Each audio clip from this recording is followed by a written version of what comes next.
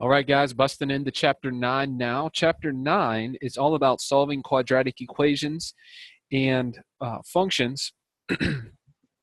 And before we graphed linear and exponential functions. And today, we're going to analyze the characteristics of the graphs of quadratic functions. And then in the second video, we're going to graph quadratic functions. So lots of new vocab, but we'll be using it a lot. So hopefully by the end of the lesson, you'll be very comfortable and familiar with how these ones work. So quadratic function, standard form, parabola, axis of symmetry, vertex, minimum, and maximum.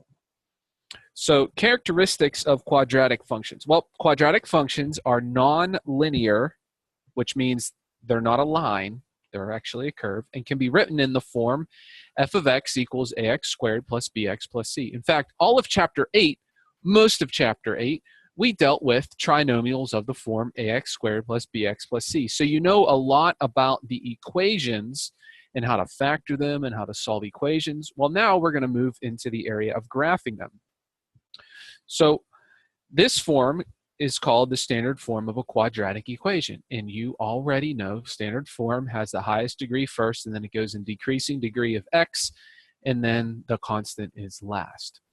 Alrighty, the shape of the graph of a quadratic function is called a parabola. Parabolas are symmetric about a central line called the axis of symmetry. And the axis of symmetry intersects a parabola at only one point called the vertex. Now, parabola, I don't know if you've ever heard the word parable, but parabola and parable are very similar. Parables are a story that illustrates some kind of concept or wisdom or some kind of teaching or something like that. And the word, it comes from like a Greek word that means to cast alongside. So when you're telling a parable, you're telling a story alongside that you're trying to illustrate some kind of teaching. Well, a parabola, the graph of a parabola, why it's called a parabola is because you have this axis of symmetry and the parabola looks like a U and it's cast alongside of itself. All right, it's symmetric on either side, okay? So maybe TMI there, but no big deal. Parabolas, like I said, are symmetric about a central line called an axis of symmetry. So that line divides the parabola in half, and it's the same on either side. It's like if you put a mirror there, it'd be a mirror image of itself. The axis of symmetry always will intersect the parabola at only one point, and that point is called the vertex. So here's a picture of a parabola. This red line is not part of the graph. I just dotted on there to illustrate that's the axis of symmetry. And notice it crosses the parabola, in this case, at its minimum. If the parabola was going this way, the axis of symmetry would cross it at its minimum, and that's also called the vertex. So the parent function is just x squared, and the standard form is ax squared plus bx plus c. It's called a parabola. Now this is very important. The axis of symmetry is negative b over 2a, negative b over 2a. The negative and the fraction bar kind of fell into each other there. So, and where we get those a and b's, those are the numbers in front of the x squared and the x. So that number is going to tell you the x value of the axis of symmetry. It also tells you the x value of the vertex, and you could get the y value by just plugging that x value into the equation and figuring out the y value. The y-intercept, remember, the y-intercept is always 0, number. Well, if you plug a number into a if you plug 0 into a quadratic function, these two terms would become 0, and you're just left with whatever the c value is. Okay? It's kind of like when we dealt with linear equations, y equals mx plus b. B was the y-intercept because if you plug 0 in for x, that first term goes away and you're just left with the number. Same thing here. If you plug 0 in for x, these two terms would go away because they would be 0, and you're left with the number. All right? So when a is greater than 0, the number in front of x, the graph y equals ax squared plus bx plus c opens upward. It looks like a U, and the lowest point on the graph is called the minimum. When a is negative, it opens downward, kind of looks like a lowercase n, and the highest point at the vertex is called the maximum. The maximum and minimum both will occur at the vertex. It's just the maximum if the parabola is opening downward and the minimum if the parabola is opening upward. So let's use a table of values to graph 3x squared plus 6x minus 4 and state the domain and range. So as always, I like to put in a couple negatives, 0, and at least 1, sometimes 2 positives. So in this case, if I plug in 1, you would get 3 plus 6 minus 4, which would be 5. If you plug in 0, you get negative 4. And if you plug in negative 1, negative 2, and negative 3 respectively, you get those values. Now, if you plot them on a graph, you'll see that they go kind of like this, in a U shape. Then you just connect them with a smooth curve. You don't want to connect them with jagged lines. You shouldn't have any corners or anything in your graph. Also, when you use a table, be careful because sometimes you might miss the vertex, but we'll talk about how to actually make sure you have the vertex in a couple of minutes. So the domain is the possible x values and the range is all the y values. Well, you graph the ordered pair, like I said, connect them with a smooth curve. The parabola extends off into infinity, keeps going up on both sides. The domain is all real numbers because you can really plug in any number you want for x and you always get an answer. However, since you have a minimum on the graph, the range is the y value, so it's that number and everything above it on the y-axis. So notice the minimum is at negative 7, so it's everything greater than or equal to negative 7 on the y values because negative 7 is the minimum. If it was the maximum, like if the parabola opened downward like that, it would be y is less than or equal to negative 7. Okay, so let's use a table of values to graph x squared plus 3x, then state the domain and range. Go ahead and pause the video. Okay, we're back. So let's start off with some negatives. So I'm going to do negative 2. And if you put in negative 2 squared is 4, not negative 4. So it's 4 plus 3 gives you 7. You put in negative 1, square it, you get 1 plus 3 is 4. If you put in 0, you get 3. If you put in 1, 1 squared plus 3 is 4. And if you put in 2, 2 squared is 4 plus 3 gives you 7. Okay, I have 5 points, so I'm going to graph those. So negative 2, 7 is right here. Negative 1, 4 is right here. 0, 3 is right there. And then there, and then there, and then connect it with a smooth curve like that. The domain is all real numbers. And the range is y such that y is greater than or equal to 3. Okay, because y is, the vertex is the minimum, and it's everything above that. All right, cool. So remember that figures with symmetry are those in which each half of the figure matches exactly on either side. A parabola is symmetric about its axis of symmetry. Every point on the parabola to the left of the axis of symmetry has a corresponding point on the other half. The function is increasing on one side of the parabola or axis of symmetry and decreasing on the other side. So we can use this information to help us graph them. So when you identify characteristics from its graph, it's often easiest to locate the vertex first, and it's either the maximum or minimum point on the graph. So here is a graph of y equals x squared plus 2x minus 5. Here's the axis of symmetry at negative 1, and it's negative 1 because the x-axis is scaled by 2's. Okay, so it's at negative 1. The vertex is at negative 1, comma negative 6, and it's decreasing for x values less than negative 1, and it's increasing for x values greater than negative 1. It's decreasing because if you put your pencil on the screen and moved it from left to right, the graph would go down your pencil. And then after you get past the point of the vertex, the graph would increase across your pencil.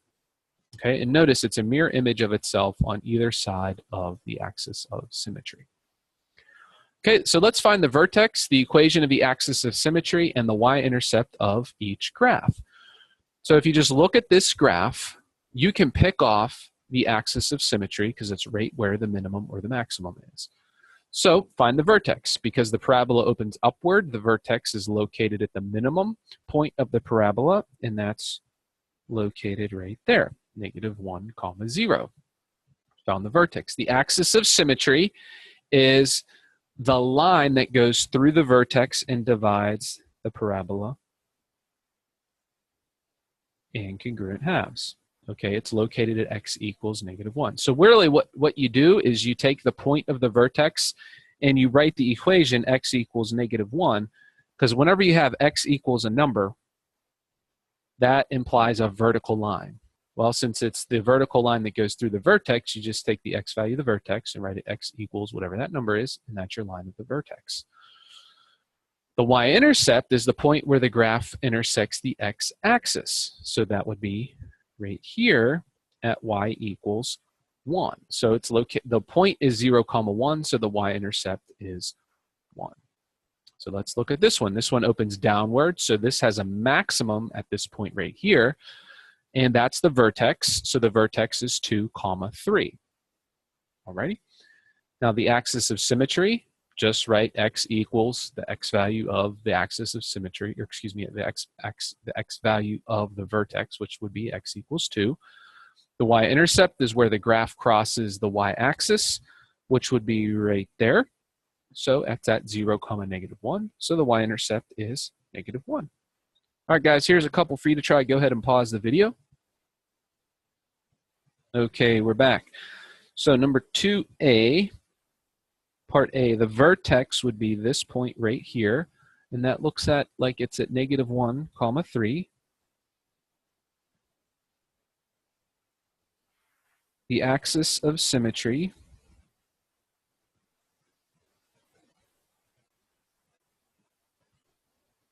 is just x equals whatever the x value of the vertex is. And see, the y-intercept is where it crosses the y-axis right there, so that would be y equals 2, or just 2. Let me write it like this. The y-intercept is 2. Okay, so for 2b, the vertex is the minimum here, so that's 1, 3. The axis of symmetry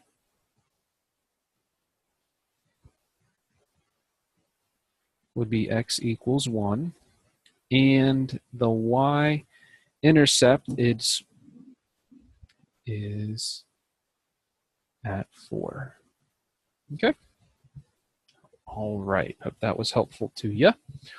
Now, let's find the vertex in the equation of the axis of symmetry and the y-intercept of these functions.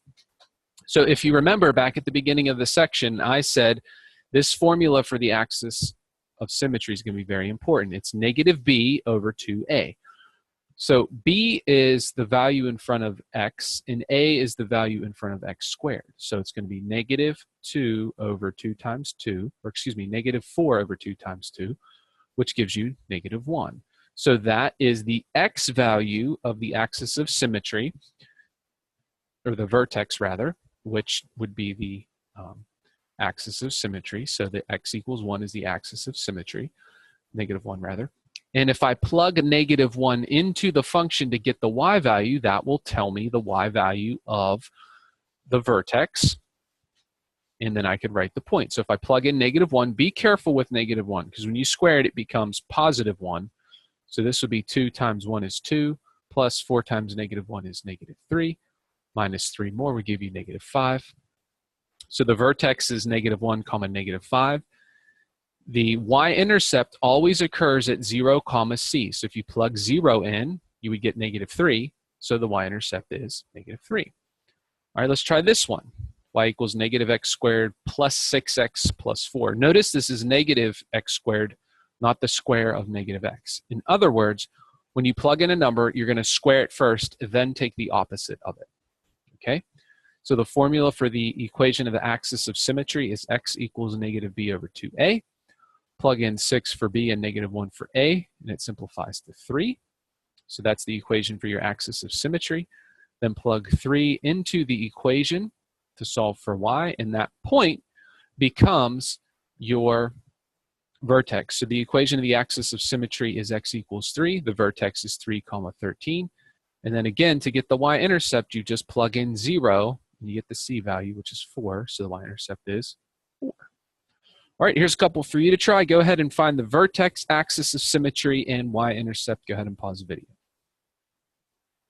All right, we're back. So 3a, you get x equals opposite of b over 2a. So opposite of b is negative 6 over 2 times negative 3, which would give you negative 6 over negative 6, which is 1. So the axis of symmetry is x equals negative 1.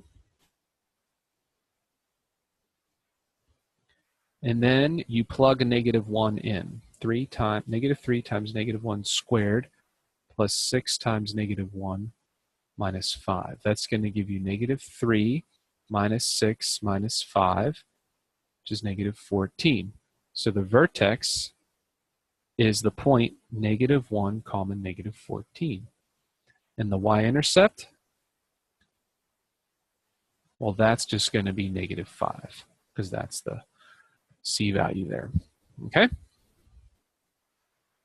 All right, the second part, the axis of symmetry is x equals negative b over 2a, which would be negative 2 over 2 times 2, which is negative 2 over 4, or negative 1/2.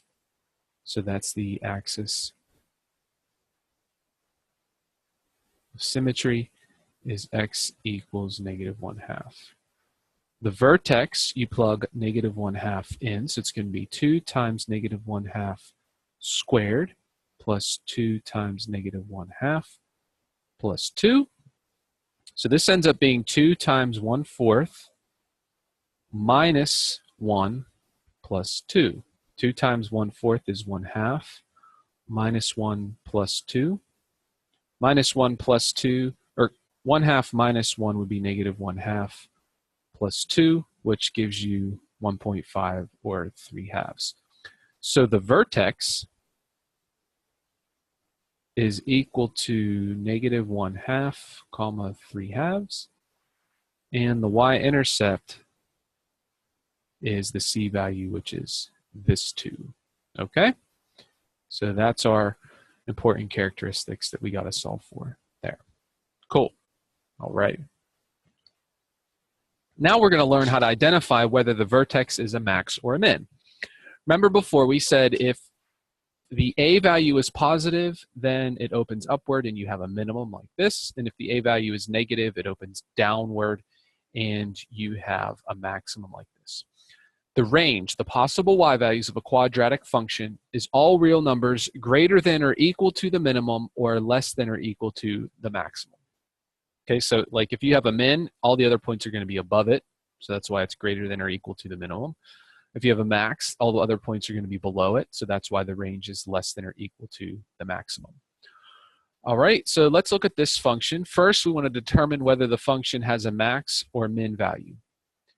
Well, since the leading coefficient is -2, that means the parabola opens downward, so the function has a max. Just think, if you open downward, you're going to have a maximum point on it. Okay, so let's figure out what the max or min value of the function is. Since this is a max value, the maximum always occurs at the y-coordinate of the vertex. So I know that the x-coordinate of the vertex is the opposite of b over 2a. So b is -4, so the opposite of -4 is 4 over 2 times -2, or -1. That's not the minimum or the maximum value. That's the x-coordinate. You got to figure out the y value. So plug -1 into the function and solve for y. Get y equals 8. So the max value is 8. That's the highest point it attains.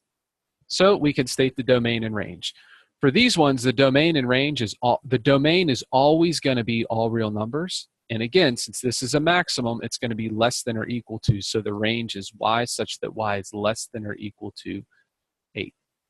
All right, here's one for you to try. Go ahead and pause the video. All right, so for 4a, a equals 2, b equals -4, c equals -1. So since the a value is positive, the parabola opens upward and you have a minimum.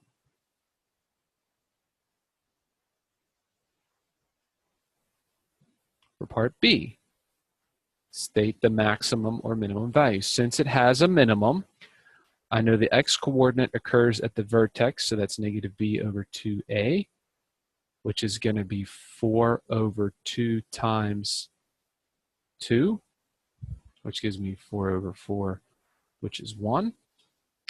So g of 1 is 2 times 1 squared minus 4 times 1 minus 1, which equals 2 minus 4 minus 1, which is negative 3. So the minimum is negative 3. See, the domain is all real numbers, and the range is the set of y such that y is greater than or equal to the minimum, which is negative 3. Okay? Remember, the domain always talks about the x values, and the range always talks about the y values. All right, guys, that's it for this video. Please continue on to the next one, and let me know if you have any questions.